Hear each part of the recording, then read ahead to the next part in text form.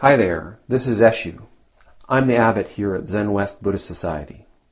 This Living Zen-podcast is just one of the many resources we've created at Zenwest to make Zen practice and training more available and accessible to people all over the world.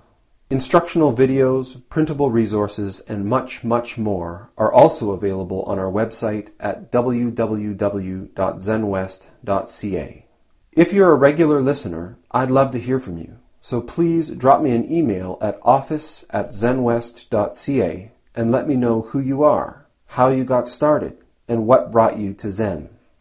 Everything we make available in person and online at Zenwest is only possible because of the support of our members and associates, people like you. If the efforts of our community are making a difference in your life, I'd like to invite you to show your support and take part in making it happen by becoming an associate or member of the Zenwest Sangha. You can do this by clicking the Join Us tab on our website at www.zenwest.ca. Thank you for your support, and thanks for listening. Good morning, everybody. This morning I wanted to talk about koan practice generally, about the form of interview specifically, and also just about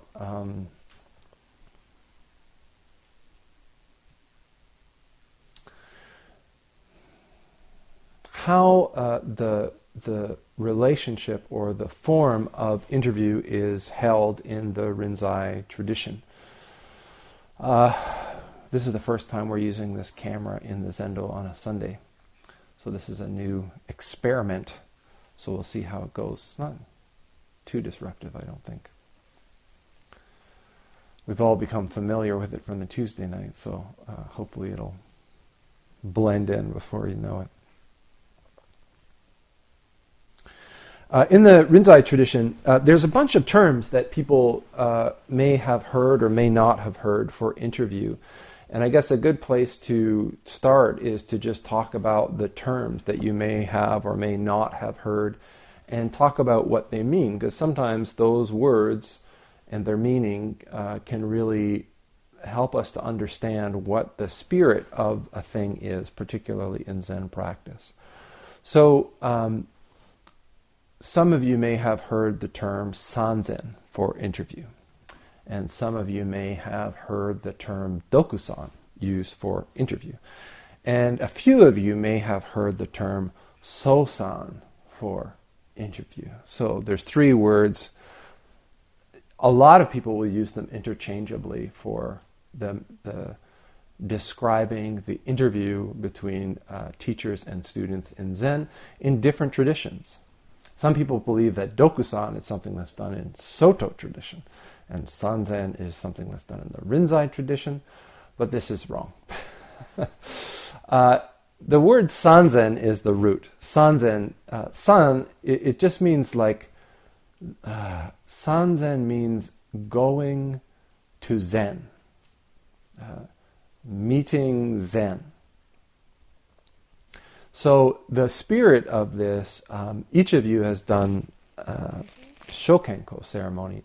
And in the Shokenko ceremony with every student, I say, Shokenko means meeting the true mind. And so sanzen is to go to the room with your teacher, and the teacher's job is to be as clear a mirror as they can possibly be in that interaction. I was speaking about prostrations and the bows recently, and I reminded people that when we go to interview, the first prostration that we do facing the Butsudan in the interview room is, I often refer to it as the bow for laying down your armor. So when we come in, we recognize that everybody functioning in a world with lots of other people and lots of other objects and people who don't have the best intentions and people who do have the best intentions, we all, from moment to moment, create calcify sometimes, sometimes attached to, but even if we're not attached, if we're operating in the relative world, we have a self, we have an identity, we have a mask, I guess you could say, if you like. And when we come into the interview room, that first prostration that we do coming into the room is the prostration in which we lay down our mask. We lay down the armor, and we come into the room to meet the teacher, to meet our own mind in a state that is innocent, not in a sort of naive way, but in a state of being open, intimate. There's all kinds of terms that I'm wary of because they all have these connotations that I don't want to have. But it's very primal. It's very naked, spiritually naked. Please keep your clothes on. Sometimes that needs to be said. And so in that environment, this sanzen, going to Zen, the meeting with your teacher, this is, in terms of Zen practice, this is one of the most valuable interactions that we can offer. A teacher is a shared resource. It's a communal resource. And the only other resource that I can think of that is as valuable in a Zen center is the toilet. You know, if there's only one toilet and everybody has to use it, you have to do that with some care. You have to take care of that resource. You have to be mindful of the other people who need to use that resource and understand that it's absolutely necessary that everybody should have access to that resource. So back from the toilet to your teacher, when you come into interview, when you, and it's funny, it just struck me that sometimes the bathroom is just the same, when you're in an intensive retreat and you get an opportunity during walking meditation or during one of the breaks to go and use the washroom. Sometimes when you step into the washroom and you turn around and you close the door, again the mask comes off. You're kind of like, I can let it down for just a second to be myself here, get real. And we all get real in the bathroom. And the same goes in the interview room. When we turn around and we close the door, we do this prostration, and it's a time for being totally honest, as open as we can manage, as intimate as we can manage, and as much as we can trust. This is something that doesn't happen instantly, and I don't expect it to, and you shouldn't force trust or intimacy in your teacher-student relationship. It's something that needs to develop. In some ways, the community, the form, we have to develop that trust together. As a resource, as a shared resource, that interview time is, as I said, it's one of the most precious times that we have in Zen practice. It's limited, extremely limited, especially depending on the number of people who are in attendance. The more people there are, the less time individually we have. Just like when food goes around, you put a small bowl on the table, and when it comes, there's a tendency that we can say, gosh, I'm hungry, and man, that looks really good. And as the server is serving, we just hold our hands together, more. But sometimes it's compassionate, it's kind for us to look at the resource that's available and ask what's reasonable. Ask ourselves what's reasonable. If we're the first or second person in the lineup and we take 4 heaping scoopfuls till our bowl is overwhelming, overflowing, and certainly everyone else says, well, if he does it, then and then poor last person in the lineup, the Handaikan is serving juice, the remaining juice of whatever. So Zen is a communal practice. We have to always be aware of our whole community. It's the bodhisattva practice where we recognize that we are all in this together. So interview time, just like food and just like the washrooms and just like everything else, is a resource that we have to treat with some awareness and some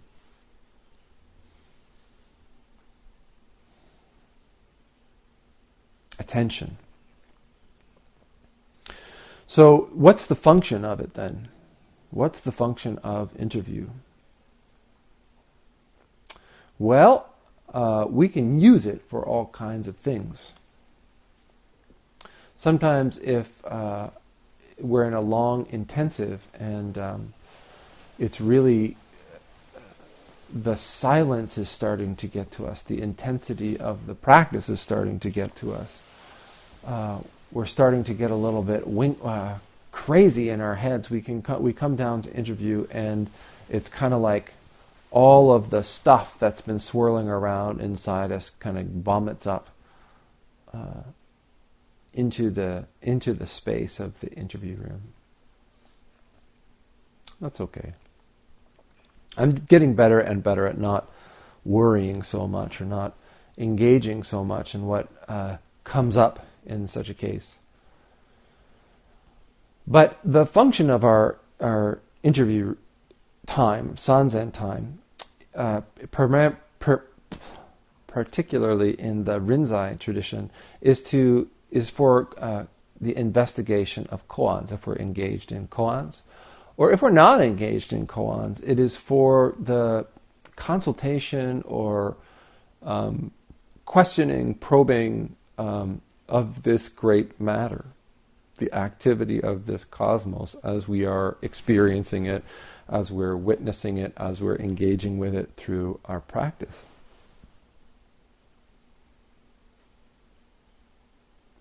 If you have a lot of stuff that you need to tell me, I think, or any teacher, I think this goes for, really sort of be cognizant or be aware, like, could what I'm going to say be handled in an email?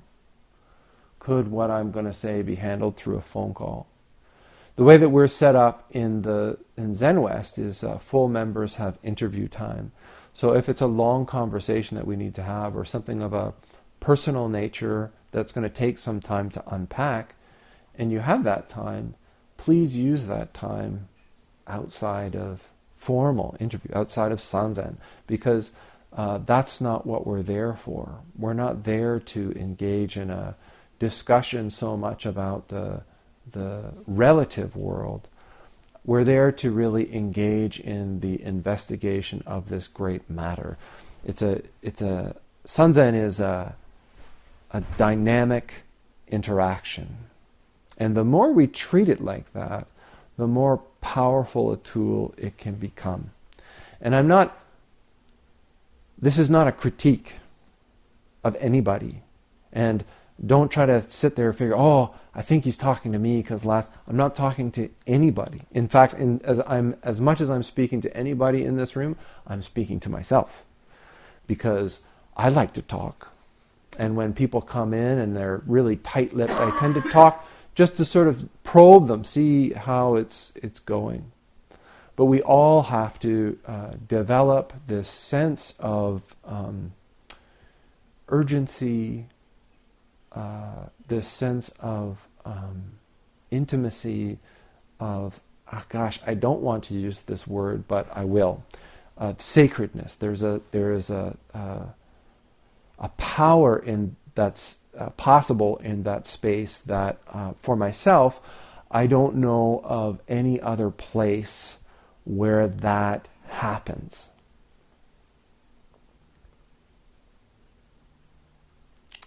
So that's Sanzen. So if we're engaging in koan practice, Which is also something I wanted to just touch on today a little bit, because it's something that I've been working with for years, and practicing koans with students is something that I'm only just starting to feel at all comfortable doing, because it requires sort of two players. It requires two people to engage in koan practice. And for a long time, I felt really comfortable engaging in koan practice with an experienced player. So when I would go and practice with the teacher, it's sort of like you go into their court and they serve in a lot of ways. So you just kind of have to respond. And I know how to play the game and they know how to play the game, and it's not really a big challenge. It's not hard to sink into it. But trying to get across to students what koan practice is, how do you go about it, is really kind of difficult. You kind of have to, it's like, you kind of have to throw people into it and let them flail around. Or that's the sort of models that I've been given, is this sort of, okay, we're going to do this thing. And people often ask questions, is it like this, or is it like this? Is it like acting? Is it like playing music? Is it like dancing? And I say, yeah, it's like all of those things. But only if you really know how to do those things, Is it like acting? Yeah, it's a lot like acting. I can say that having done a fair bit of acting. And koan practice can be like acting if you understand that acting is not pretending. It's not putting something fake on and pretending to be that. Acting, genuine acting, is a transformation, a full body, heart, and mind transformation. If you ever see a really fantastic performance,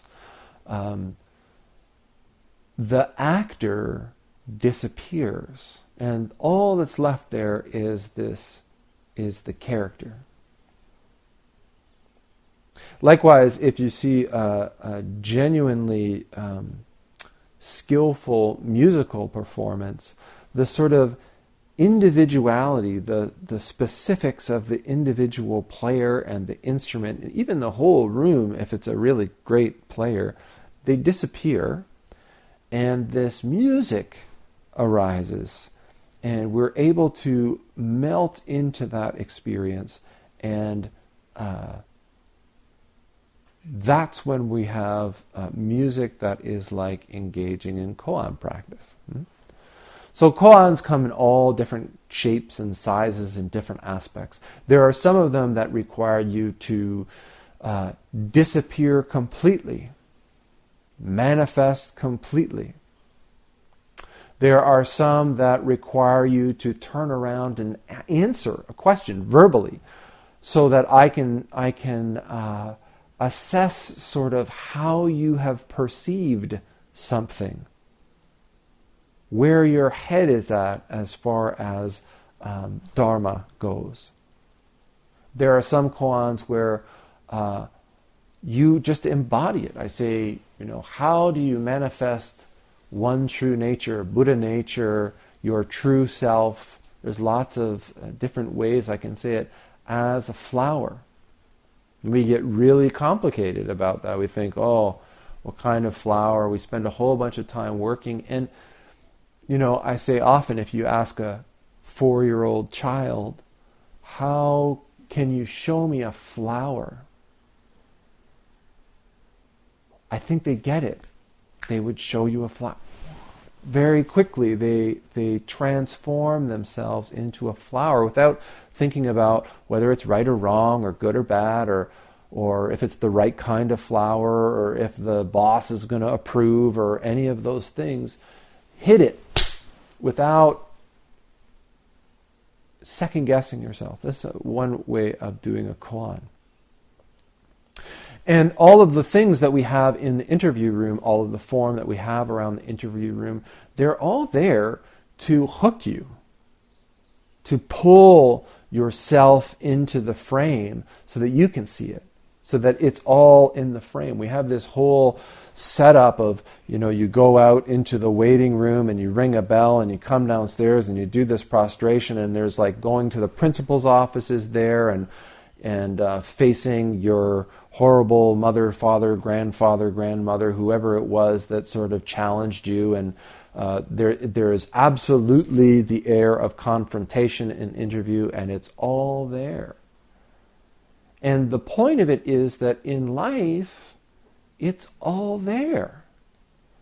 And if you can manifest perfect harmony and dissolve completely into the essence of the cosmos in an environment that is completely set up to not bother you at all, who cares? How useful is that? How many circumstances do you come across in which everything is lined up so perfectly that you can just do what you need to do? Well, there aren't that many. And so if you're really great only in that environment, you're no good to anybody. And that's not what we're going for here in Zen practice. That's not what awakening is. It's not our objective. So we have all of these things, and it's like as we engage in the interview process, it's like we're a magnet, and all of this stuff starts moving towards us and asking us to get stuck. Get stuck on this. Get stuck on that. Get stuck on this. Because the reality is when you get into the interview room and you're face to face with the teacher and you're asked to engage in a koan, the only way that you can really engage in that koan is if you're not stuck on anything else. If you can engage in that intimate and sacred space wholeheartedly without reservation. And reservation meaning you're worried, you're stuck, you're anxious about, you're distracted by all of this other stuff. And in essence, the koans are literally child's play, especially at the beginning. How do you manifest the sound of the temple bell? How do you manifest a flower? And if you're able to slip, if you're able to allow all of those anxieties and distractions and fixations to just slide off, if you're able to enter into that space of the interview room, then responding to the koan is no problem at all. In fact, it's a huge relief and release and a profound connection. And at that point, when you're able to really do that, you actually don't even need the teacher to tell you that you've done it. You don't need the teacher to say, "Oh, great, that was wonderful," because you know. It's just like when I was a kid, I grew up in Toronto, suburban Toronto, and the Blue Jays were a huge deal then. When I was in high school, they won back-to-back World Series, and it was a big deal. Everyone was a Blue Jays fan back then. And I always found it fascinating that, when a pitcher would throw a pitch over the plate and the batter hit a home run, as soon as the batter hit it, they knew it was gone. They didn't need to wait for it to go over the wall. It was like how it felt. That sucker is out of the park. Absolutely. And they would, you could see it. They'd go, kink, and then they would just drop the bat and trot to first base because it was like, it's gone. And this is the way that sometimes it feels like in koan practice when you're working with a koan and you're able to hit the koan just right. Of course, if the teacher's there and they've got any eyes in their head at all, they'll also recognize that it's gone. And they'll say, "Okay, next case." And if we don't, if we're attached somehow, again, also a lot of the time, we really don't need the teacher to tell us that either if our practice is honest. We feel like, that may have looked good, or that might have been mostly there, but there was some friction. There was some kind of noise. It didn't totally resonate. We're on the right track, but a little bit more. And maybe the teacher will say, maybe a little bit more. There was something there. Sometimes the teacher will just say, what do you think of that? Do you think that was it? And often if I ask that question, the student's response is usually right on. Not so much. Yeah. Sometimes when someone really hits it,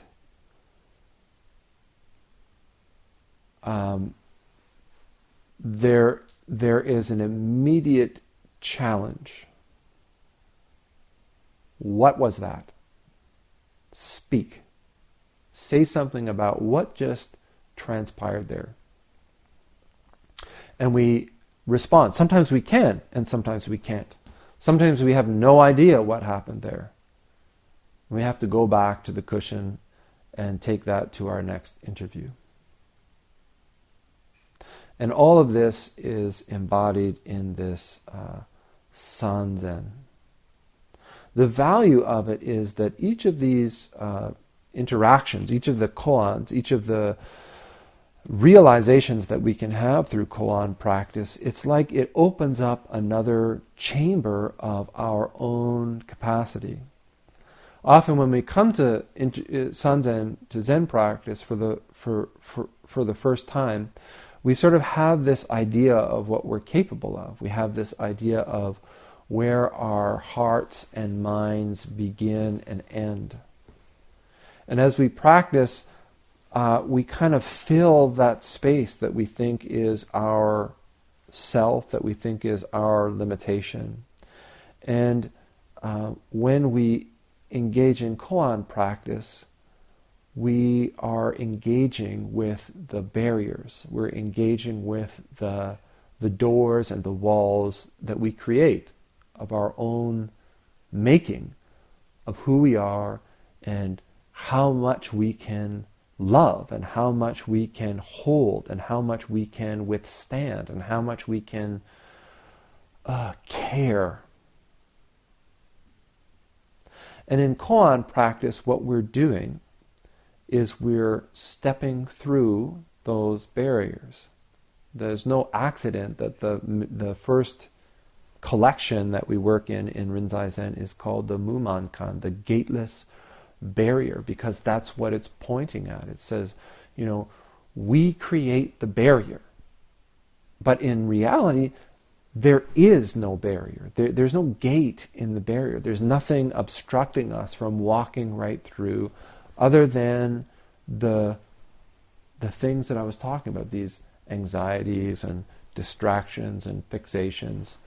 And our practice, even the physical practice of doing Sanzen, is physically, mentally, emotionally allowing it to slip away, to enter into a space, an interaction, raw, and see what happens, see what we're capable of. And it starts, we come, and in Buddhism, it's like, realize that your true nature is Buddha, the one who is awake. And I think this is one of the real challenges for people in practice. You mean I'm a Buddha? You mean that just as I am, I'm totally complete? You mean that already I'm completely awake? This is a unbelievable thing for most of us, I think, as we come into practice. And so we start with, and even if for those people who say, no, I totally believe that, I just don't think I'll ever be able to embody that. It's just like this hopeful thing way down the road. So we start with something really simple. We say, come into the interview room and we say, so your nature is not different than any other thing in this vast cosmos. This is a basic teaching of Buddhism. Your nature embodies all things that are manifest in this vast cosmos. Your nature is no different from the trees or the stones or the houses or the buses, the stars in the sky. We think, oh, wonderful. And then I say, so, can you manifest as a flower? If our nature is all the same, can you just show me a flower? And immediately we shut down. We say, I'm not a flower. I'm so-and-so, and I was born in such and such, and I would do this and that, and I like this and that. This is embarrassing. This is uncomfortable. This is where we start. Let all of the resistance, let all of the I'm this and I'm that and I can't and I can, let it all go. Return to the origin. Return to this fundamental realization that my nature is no different than the trees and the stones and the buses and the flowers. And having arrived at that space, we manifest as a flower. Show me a flower. Show ourselves a flower. Become a flower, or a bell, or a tree, or a wave, or a bird, or a dog, and so on, and so on, and so on. We can't, it's very difficult to embody bodhisattva if we just can't even believe that we can be a flower. When we transform, when we embody flower, this can't, won't, don't like, uncomfortable, embarrassed, ashamed, all that kind of stuff, we can experience what it is to allow those things to drop away and to become something other than what it is that we think we are. What it's like to be something more than just ourselves. And this is a powerfully transformative experience. The first cases, how do I manifest as a flower? If it's the first time you ever step outside of me being me, this is a powerfully transformative experience. It opens the door to possibility. And yeah, I need to say, like, if you need to move, don't be uncomfortable here, because I'm going to just keep talking. And so this is called Sanzen, and it is the in my experience, it's the real juice in Zen practice. There's 3 pillars that are often talked about in Zen practice. One is Zazen, just the seated meditation that we have. And the second one is Teisho, or Dharma talk, listening to talks, because that's kind of what, it's like the Zazen kind of prepares the space, allows us to settle in, allows us to sort of develop a mind that's capable of paying attention and seeing what's going on. The Teisho is like the stir stick, and it sort of says, okay, well, in your Zazen, everything's kind of settles down, and we think, oh yeah, everything's cool, everything's good, I'm with everything. And the Teisho comes in and kind of stirs that around and says, I think maybe there's some stuff that's eddied into the corners that's uncomfortable, maybe we don't want to look at it, we want to avoid it. Let's get that out into the middle. Let's really have an opportunity to see the whole picture. And then the third pillar is Sanzen, is interview, where it's really, we can't hide anywhere. We can't avoid anything. It's a one-on-one, face-to-face, eyebrow-to-eyebrow kind of meeting where the rubber hits the road in interview, Sanzen.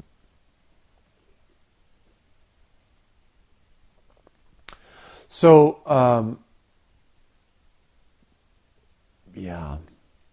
So,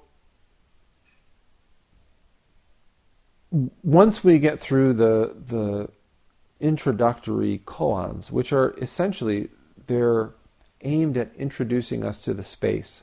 They're aimed at introducing us to the practice. And in a lot of ways, I like to look at it as they're a way to introduce us to the game of Zen.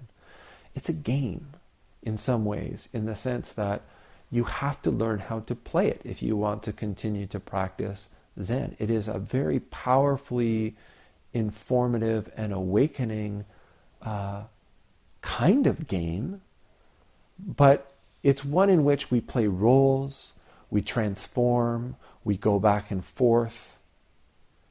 But nobody's going to die.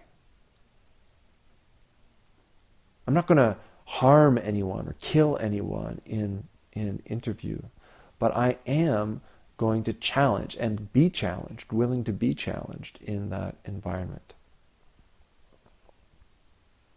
If we're in interview and things are just really intense or difficult or whatever, please recognize that in interview, more and more, especially as we go forward, I'm playing the role of teacher. I'm playing the role of Buddha. I'm playing the role of the master, the abbot in the interview room. And so Eshu, the personal, sort of has to disappear a little bit. I have to hide it a little bit. But if you find that it's really, it's too intense, or there's something coming up, you're frightened or anxious or whatever, just say so. Say, whoa, time out. I need to sort of step back. And Eshu will come out and say, oh, okay, what's going on here? Are you all right? Just like in a sporting event or something like this, it's like we're playing tennis or something like this, and one of us whacks the other with the tennis racket right in the bridge of the nose. It's like, do we continue playing, or do we need to stop and sort of regain composure, or what? Same thing. You can say, time out. I need, whoa. So that's Sanzen. The words dokusan and sosan. Dokusan means it's optional. The full term is dokusanzen. It's a optional opportunity for sanzen. That's what dokusan means. Right? So when the Jikijitsu calls dokusan, right? That means if you want to go for interview, go for interview. If you don't want to go for interview, don't. Very simple. Sosan. Sosan means mandatory sanzen. So-sanzen. It's everybody goes. Usually when it's so-san, it goes in order from the Jikijitsu all the way around. Sometimes the tenzo goes in front because the tenzo's working, so we want to make sure the tenzo gets interviewed. Whether or not to go. When I was training, they always would say, oh yes, interview with the teacher is optional. You don't have to go if you don't want to. But certainly if you opted not to go, usually the way it would go is like interview time would be going, and then it would get to the end where people were sort of getting thinner and thinner in an interview line, and like the Jikijitsu knows who's gone and the Shika knows who's gone, and then the line would start to get shorter and there would be space, and the Jikijitsu would be going, Sanzen! And it's like, it starts to get to the point where if you're the only person left that's not going, you kind of know they want you to go.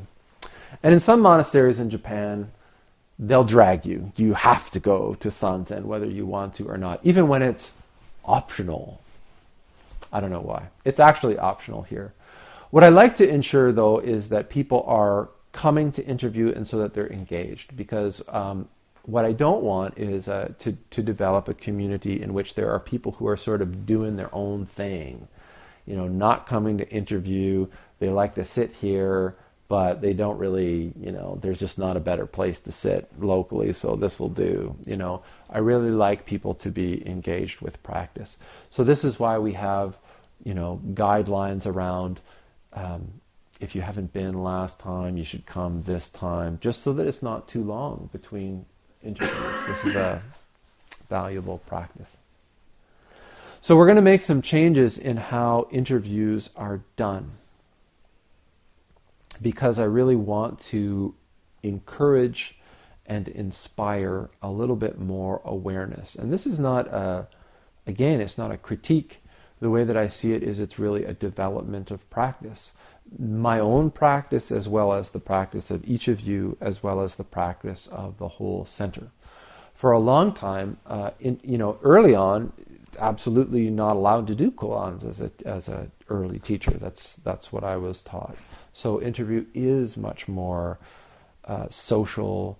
It's much more. It's not social. I wouldn't say it's social, but it's much more like, what's going on for you today? Is there anything I can help you with one way or the other? You need help with posture. You need help with, maybe I'm thinking about 2 different jobs and how do I go about doing that? It's all fine in that environment.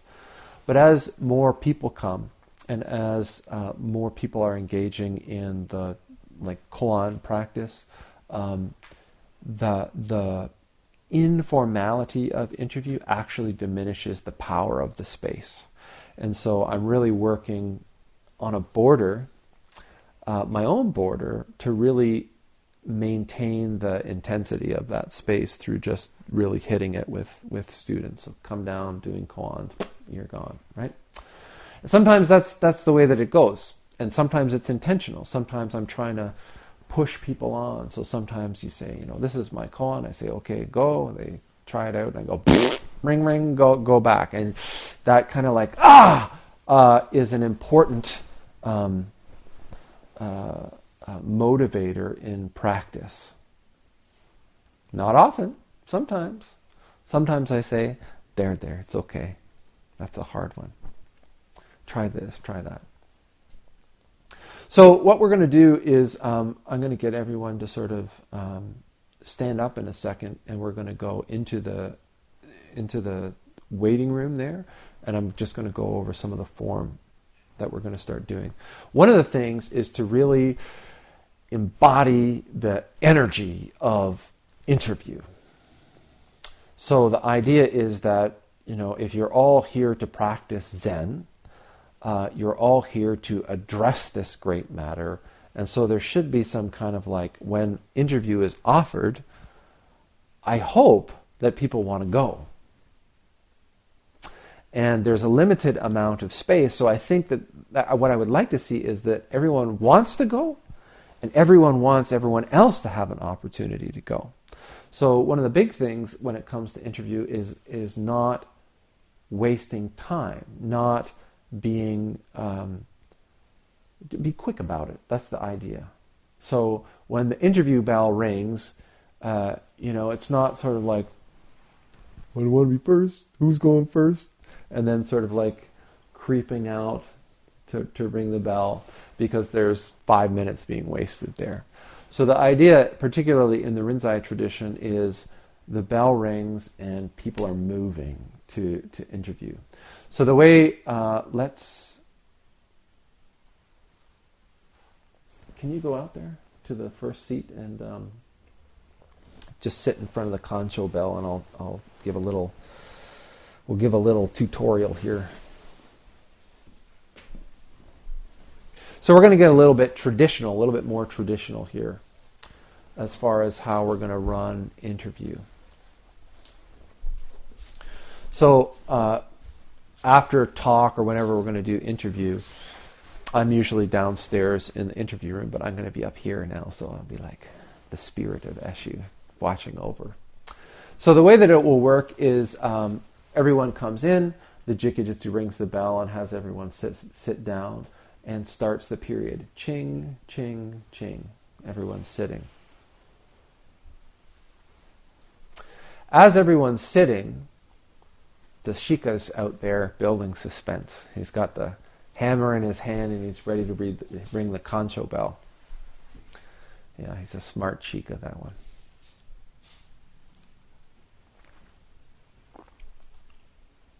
And at his discretion, whenever he's ready, he's going to ring the kancho bell 3 times. Okay, but don't ring it yet. And when he does, as soon as he hits the first bell, you can go to interview. So as soon as he hits the first bell, you can stand up and head out there. As soon as he hits the first bell, the jigajitsu... Kosen. Right, yeah. So you're even, I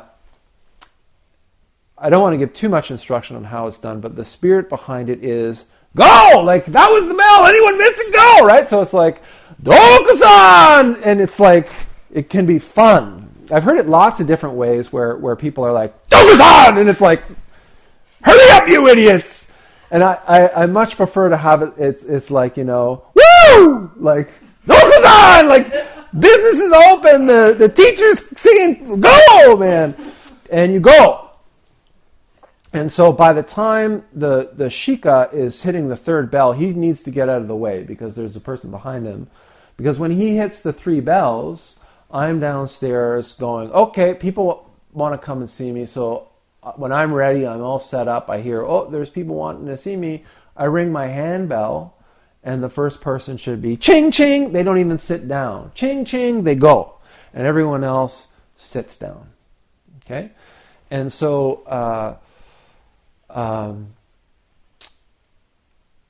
I don't want it to be like often it was at Rinzai-ji, which is like the part of me does, I have to admit, but I also recognize that it's not. We don't have a center that's full of 20-year-old men, so people will be hurt if it is the way that it is there. Which was, there's a long hall, and then there's a single door.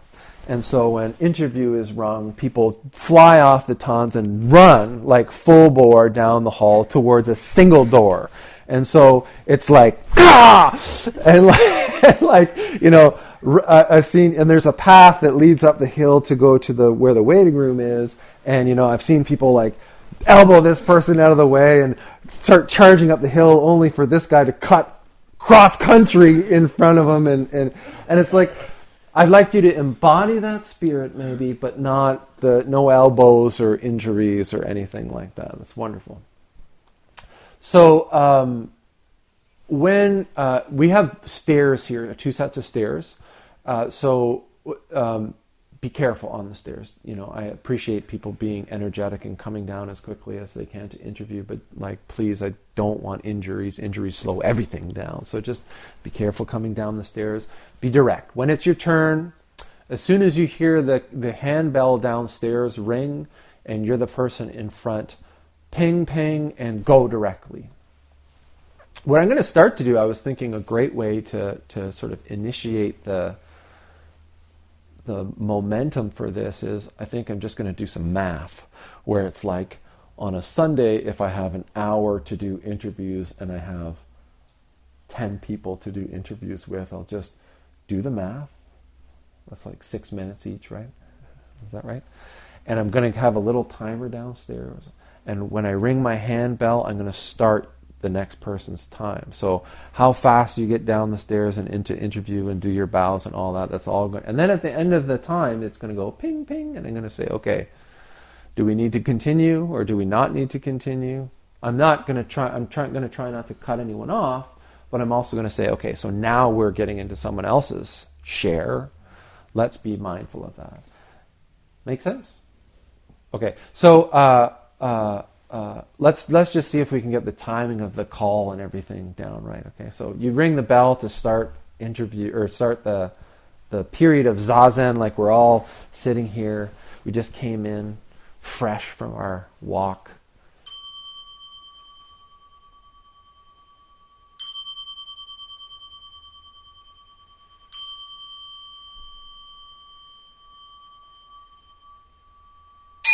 Hang on, wait a minute. Hang on a second, Chica. So what you want to do, there's an art to this. You want to let the Jikajitsu put his bell down, and you want there to be the space. It's up to you. But that space where sort of everyone knows that the next thing that's going to happen is the Shika's going to ring the bell and interview is going to start is really important. Okay? So try this again. Yeah.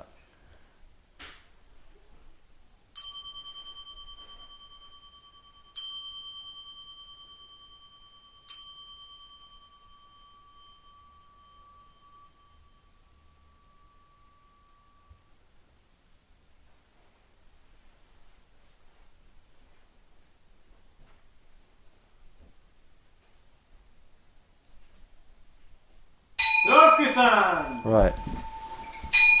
Okay. Good. Wow. We'll start with that. We'll go with that. Great.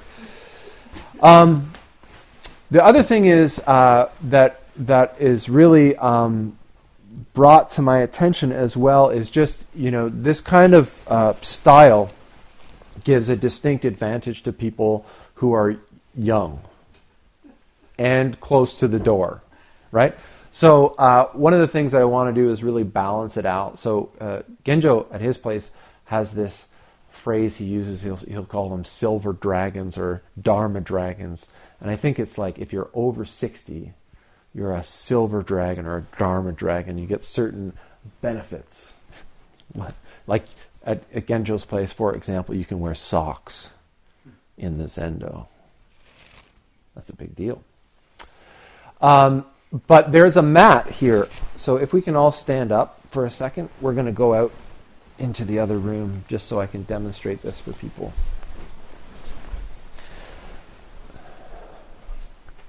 So let me just cut out here. And then if we can all come out here for a second, please. You can get up to Doshu if you want to. Actually, are you comfortable there for now? Okay. So I need 2 more people to do interview here. In the interview lineup. Come around both directions here so we can see what's going on. So this is the magic mat. It's the bow through mat. And the idea is that sometimes there's going to be people who need to bypass the line. And so the Tenzo during retreat is one of the people who can bypass the line because we want food. Right? Everyone likes to eat. So when the Tenzo's cooking, interview time, they can be cooking and go like, okay, I've got everything where I need. I can leave this for a few minutes. They come out and they can bow. Okay? The other people who can use this are ordained priests because in essence, all Sanzen is Sosan for priests. I want the priests to come to interview. Because they've actually committed their life to transforming the world through this practice, so they're kind of a priority for me as a teacher.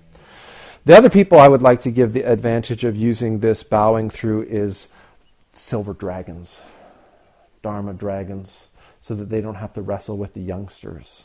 And so if the youngsters want to get in, they got to run or move with some intention. So when you're using this, when you're coming out to use this mat, you do it the same as you always do. You bow to the jiki as you're on your way out, and then you come here, and the lines here, everyone always loves this, especially this person. They love to see the extra person. So you come in here, you bow, and you sit down, and then I'm going to do a thank you bow. I'm actually thanking the person in front who I'm cutting in front of, and then I'm going to sit like this, and then when the interview bell rings downstairs, I'm going to bow here again. That person's ringing for me, and I just shoot down the stairs, and everybody else just stays right where they are, and then the line continues as it normally would. Does that make sense? Everyone understand that? So the person who's actually in the first of the line, they wait as well. Yes. Like this. Yeah. Okay. Yeah. You're just ringing for the person who's cutting through. Yeah. Okay? What's the form for entering a mat? Say you're the first person and there's none occupied, or say you're the third person. Well, the first person, what will happen is, if everyone can you guys stand up? So the Shika, we're all in the Zendo. Well, actually, you're going to be the Shika here, Doshu. So show me what you're doing when you're Shika.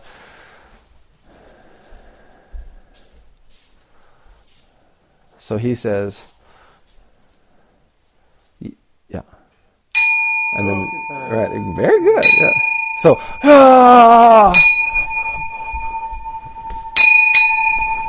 well, actually, I should put that, so off I go. Sometimes that happens, you go, oh, yeah, yeah. So then the next person who comes in, you can, because we have kind of a corner here, if you're the first person, you're clearly the first person. Or even if you're not clearly the first person, if you take the initiative, this is one of the places where it's good. So just kind of go, ha! And then you just sit down. And then when you're moving forward, so if I'm the first person, the jingle bells ring, I bow, I pick this up, I go ting, ting, and then I sort of semi-bow and move at the same time, right? If I'm the person behind, and I've come down, and I'm here, and the person in front of me goes ping, ping, and off they go.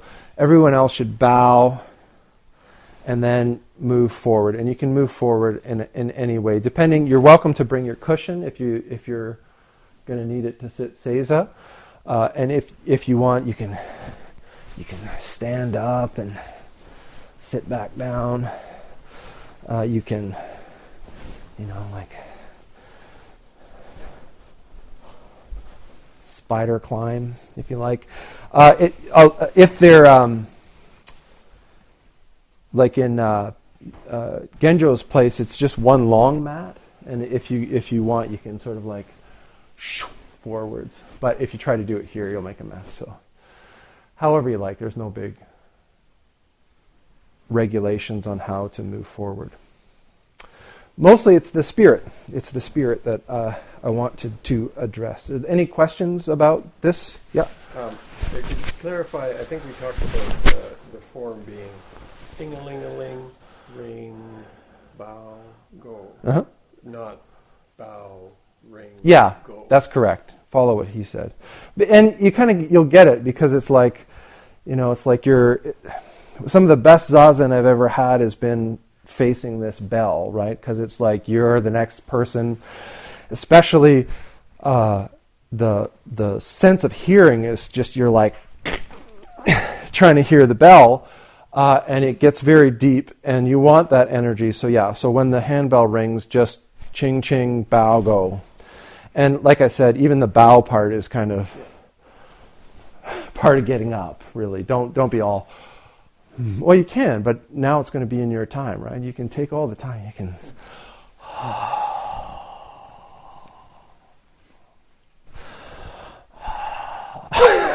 And then by the time you get to the bottom of the stairs, I'll go. Ching! So, any questions? How does Jiki fit into? Jiki's another person who can. You can use this. You don't have to. But there's not a lot of time when Jiki's not inside of the group. That's right. Yeah. And particularly if you have a joko, and you're leaving, you have to work with the joko, so you can sort of give them the bell, give them the clock, and say 10:28 is when the rest period is, right? If you the jikijitsu is closest to the door, and the jikijitsu is often the example of practice. So the best thing is for the jikijitsu to go first. And when Dogu-san's going to be called, right? So, right? Yeah, so while you're saying it, you're like already... Yeah. Dogu-san! Yeah, exactly. Yeah. So there's going to be a lot of competition for that match. But there's only room for one person at a time. Right. Yeah. Well, there may be a lot of competition for the mat. There may. If the Jikijitsu runs out and, elbows everyone out of their way. So, yeah. Or not, like I'm hoping, like I said, I hope that people want to come to interview, but, maybe they don't. I just wondered if we then merged like traffic after that, or if that mat is always the one that goes. This mat's always the one that goes. Yeah, so and that's happened lots when when I was training at the monastery. You're at the bell, and then it's like the Inji comes in, the Tenzo comes in, the Jikijitsu comes, and you're just sitting there. I'm getting really good at ringing this bell here, and then but particularly with and at certain times during sesshin, like an evening interview, the interviews will go till everyone who wants an interview is done. But there are times where the schedule says interviews closed and you're left at the bell. That happened to me twice in the last session. So it happens. And that's good practice too. Any other questions? Thanks for listening to the Living Zen podcast. If you follow Living Zen through iTunes, I would very much appreciate it if you would take a moment to let me know what you think about it by rating or reviewing the podcast, so that new listeners can also hear what you have to say. Thank you for your time and for your support.